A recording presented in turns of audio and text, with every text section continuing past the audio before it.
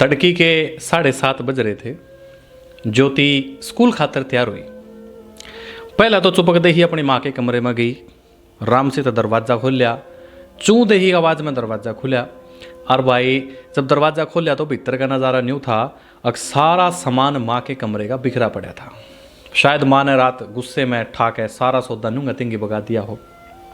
नीचे drawing room में आई तो देखा अगर उसका पापा सोफे पर बेसुध हुए सोने लग रहे थे। अरे यह बात गारंटी की थी अगर रात ने पी के आए थे। बेचारी अपने रूम में आई, अपने गुल्लक में 50 रुपये काटे, गोजी में पाए और वहाँ निकलने वाली थी वहाँ के लिए जहाँ उसकी स्कूल की बस आनी थी। तो पीछे से आवाज आई सरोज आंटी की।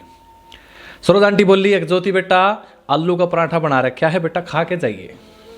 ज्योति ने मायूस नजर थे सरोज आंटी का नहीं देखा और बोली, अगर नहीं आंटी भूख नहीं है। सरोज ने जबरदस्ती टिफिन पैक कराया और उसके बैग में पा दिया। ज्योति स्कूल खातर लिगड़ गई। सरोज सोचने लगी एक बेचारी छोटी सी बच्ची साहब और मेम साहब के रोज के लड़ाई झगड़े के चक्कर में कद बड़ी हुई कद मैच्योर हुई समझ में नहीं आया। एक 13 साल की छोरी ने समझ में आने लगी बात के सही है के गलत है, किस गल्ला बात करनी किस गल्ला नहीं करनी, कौन अच्छा है कौन माड़ा है। सरोज कौन थी? सरोज थी वह जो पिछले 10 साल थे नेहा नरेश ज्योति के पापा मम्मी उनके यहाँ काम किया करती। नेहा और नरेश दोनों किसी मल्टीनेशनल कंपनी में एक बड़े सीनियर ऑफिसर के रूप में काम किया करते, बड़े ऊंचे पद पर काम किया करते। ज्योति उनकी इकलौती बेटी थी। किसी भी चीज की कोई कमी नहीं थी सिवाय टाइम के और प्यार के। क्यों?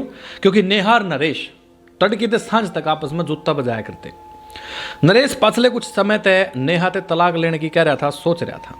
अरनु चावे था अगर नेहा ते भी छुटकारा मिल जाए और या ज्योति ने भी नेहा का चपका दूं। नेहा मैंने सोचा कर दी अगर इससा भी याद ले लूं और छोरी ने इस नरेश का चिपका दूं। इस चक्कर में वे दोनों आपस में लड़ते झगड़ते अपशब्द कहते और पता नहीं के बुंडा अच्छा कहते। बच्चे की जिम्मेदारी कोई लेने खातर तैयार नहीं था। इसी चक्कर में दोनों का खड़ा जूत बाजा करता। और बेचारी ज्योति स्कूल ते घर आके ना अपनी माँ गेला बात कर सके थी ना बाप गेला बात कर सके थी। क्यों? क्योंकि झड़क्के पड़े थे। झड़क्के ले में थे छोरी ने वह केवल और केवल नौकरानी या सरोज आंटी उस गेला बात करया कर दी। रोज की तरह नेहा और नरेश दोनों ने अपने अपने कमरे में नाश्ता कर लिया और दोनों ही अपने अपने ऑफिस खातर निकल गए। दोपहर के 12:30 बजे से की बात है अगर दोनों वहाँ पे एक फोन गया और फोन में खबर यह थी अगर ज्योति सीढ़िया पते गिर गई है और घनी सीरियस है। दोनों स्तब्ध रह गए। एक बार तो बागम बाग अस्पताल में पहुंचे। सिर में घनी गहरी चोट आ रही थी ज्योति के और वह बेचारी आईसीयू में गिर रखी थी और ऑपरेशन की तैयारी चल रही थी। नेहा और नरेश दोनों स्तब्ध थे। समझ नहीं आ रहा था के करा के नहीं करा। क्यों? क्योंकि इस बात का झटका लग गया उनका। उन्हें तो कभी सोचा ही नहीं था अगर उनकी छोरी का भी इतनी कसूती चोट लग जाएगी। दोनों ही शुद्ध बुद्ध खोए रहे थे। इतने में ज्योति की दादी भी आ गई। देख कर नरेश और नेहा ने दादी मुंह फेर कर बैठ गई क्योंकि लक्षण पता थे उसने अपनी बहू के और बेटे के। पूछताछ हुई सारे ते बालका ते मास्टरा ते मैडम ते क्यों क्यों करो या पुलिस वाले आकर पूछताछ करें क्योंकि एक्सीडेंट हो रहा था बड़ा हो रहा था। तो पता लग गया अगर बेचारी चक्कर आ गए थे और नुए गिर गई सीढ़ियां पते। दरअसल होया के था ज्योति एक्सीडेंट के बाद ना जीण में थी ना मरण में थी। वह चली गई थी कोमा में। 15-20 दिनों लिए कोई बदलाव नहीं आया। तो दादी सोचने लगी अक मैं भी अपने घर चलूँ अब क्या बच रहा है इस छोरी में। नरेश ने रोकना चाहा, आंखें मांझू भी दिखाई पर दादी रुकी नहीं। दादी बोली अक तुम दोनों मेरी पोती के खूनी हो। थारी जिद ने मेरी पोती खा ली। मैं उसने अपने गिला लेकर जाना चाहूँ थी लेकिन था न दोनों ने अपने अहम के चक्कर में मेरी इस पोती का नाश कर दिया है। और 2-4 बात अच्छी बुंडी कह के दादी अपने घर का नहीं चाल पड़ी, वह गांव में रह कर दी। ये नौकरी के चक्कर में शहर रहने लग गए थे। सरोज उस टाइम थी सदमे में थी।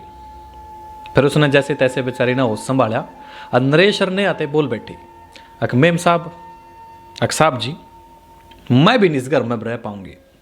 इस घर की दीवार मेरी ज्योति की सिसकियां दे भर रही है, मेरी उस लाडली बच्ची की सिसकियां दे भर रही है। कितनी बार मैंने ज्योति अपनी गोद में लुक लुक के भी रुंदे देखी है। कभी तो मेरा मन कराया करता अक उसने लेकर भाग जाऊं, पर शायद मैं डरपोक थी, ऐसा कर नहीं सकी। लेकिन अब अफसोस आवा है, अगर मैं चली जाती तो शायद आज वह बेटी स्वस्थ होती। नरेश और नेहा के पास अब शायद कहने खातर कुछ नहीं था। जैसे तैसे दिन बीत रहा था। उनका लड़ाई झगड़ा इस टाइम लगभग खत्म होने के कगार पर था। अब में आपस में झगड़ नहीं रहे थे। उनका जो झगड़ा था इस टाइम एक अजीब सी शांति में परिवर्तित हो गया था।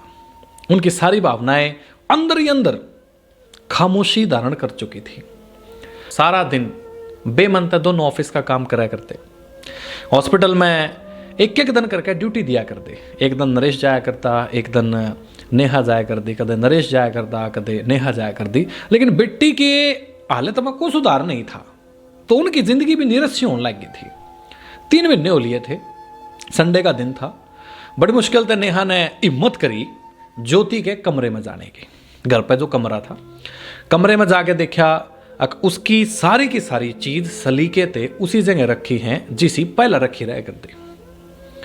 उसका रूम, उसका बेड, उसका तकिया, उसकी किताब, उसकी पेंसिल, उसका पेन, स्कूल बैग, सारा का सारा न्यू का न्यू धरा था।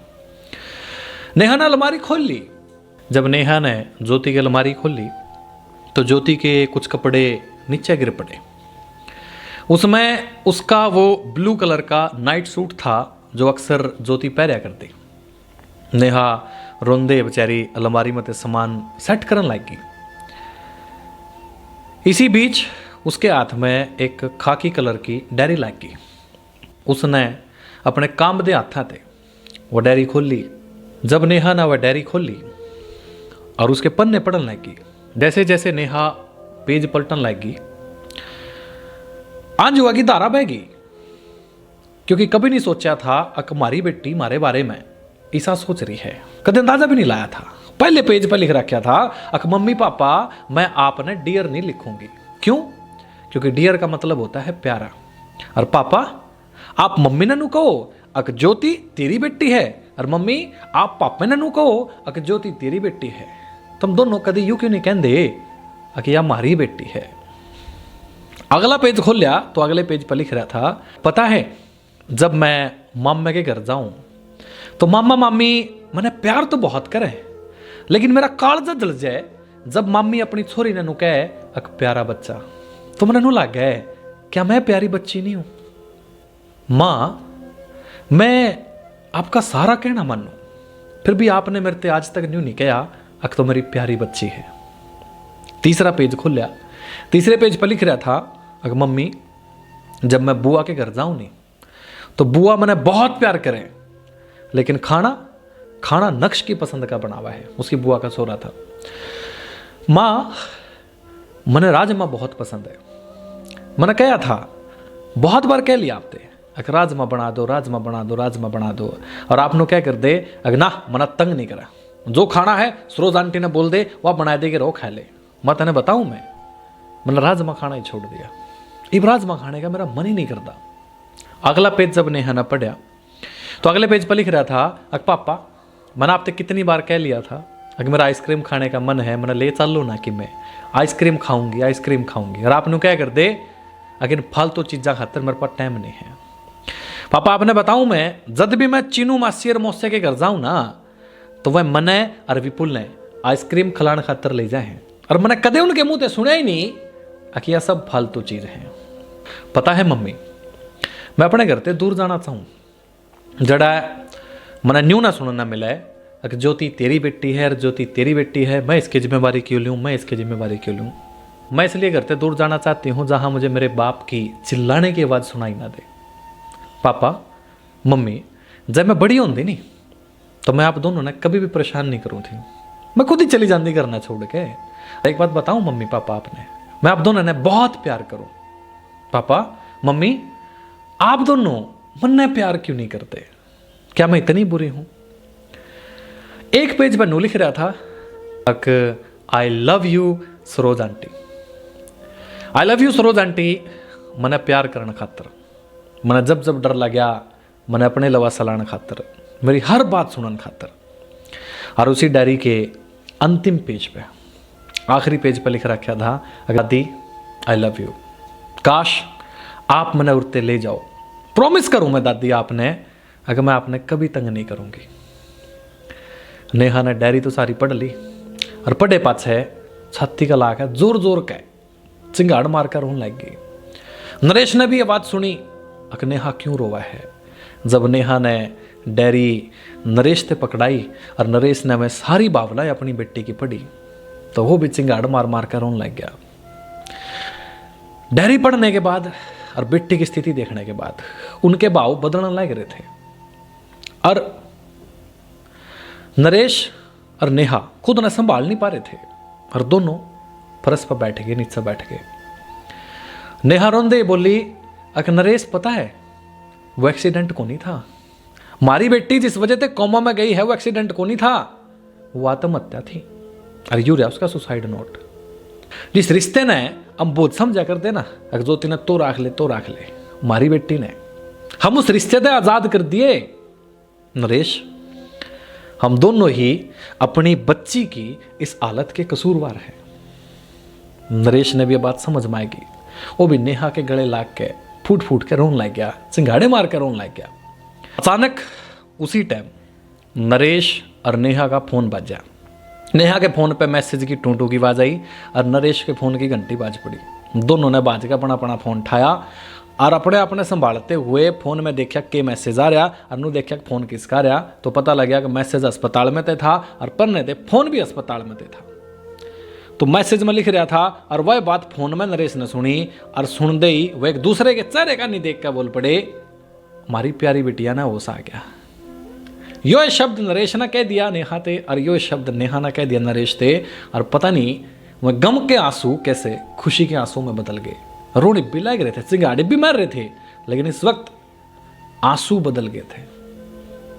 उस कमरे में खुशी की चिंगाड़ सुनने लग रही थी, खुशी के रोने की आवाज सुनने लग रही थी। तो भाई भाग के अस्पताल गए, छोरी की हालत देखी, छोरे के चेहरे पर मुस्कान देखी और छोरी भी जब अपने माँ बाप ने अपने लिए प्यार की फीलिंग्स के साथ देख रही थी कि मेरे माँ बाप, उनके आंखों में प्यार दिखने लग गया था ना ज्योति ने, तो ये देखने लग गई ज्योति अक माँ बाप कितना चाहने लग गया मैंने, शायद इस स्थिति के लिए ये घटना जरूरी थी। और भाई परमात्मा का धन्यवाद ज्योति ने भी कराया और एक दूसरे से माफ़ी नरेश और नेहा ने एक दूसरे से भी मांगी और ज्योति से भी मांगी और फिर वह ज्योति ने घर ले आए और फिर उनकी जिंदगी बड़ी स्मूथ चाल पड़ी। दोस्तों, ये कहानी हर उस घर की है जहां माँ बाप बच्चा के सामने आपस में लड़ाई कराया करें। जब घर टूट के बिखरा है ना, कितने केस आप समाज में देखो हो, परिवार में देखो हो, जब घर टूट के बिखरा है ना, पति पति आपस में झगड़ा करे हैं और फिर फाइनल बात पे पहुंच जाए हैं, मैं आप समझते हो मैं किस बात की बात कर रहा हूं। उस वक्त शायद आपको नहीं समझ में आता कि कौन गलत है कौन सही है, लेकिन उसका पक्का खामियाजा बच्चों को भुगतना पड़ता है। मैं आपको कहना चाहता हूं, अगर आप अच्छी परवरिश नहीं दे सकते तो कोई हक नहीं है आपको बच्चों को जन्म देने का, कोई अधिकार नहीं है बच्चों को जन्म देने का। अच्छी परवरिश का मतलब रुपये पैसे सुख सुविधा होते नहीं है, इसका सीधा सा मतलब है कि आप अपने बच्चों को जरूरत के टाइम कितना टाइम दे हो, उसके महंगे खिलौने या सुख सुविधाएं नहीं, बल्कि आप उसके साथ खेलने कूदने मस्ती लाड प्यार का कितना टाइम काटो हो। उम्मीद करता हूं कि आपको इस कहानी का मैसेज समझ में आ गया होगा और आप अपने परिवार के अंदर वो जो जरूरी चीजें करनी चाहिए उसको शुरू कर चुके होंगे। राम राम।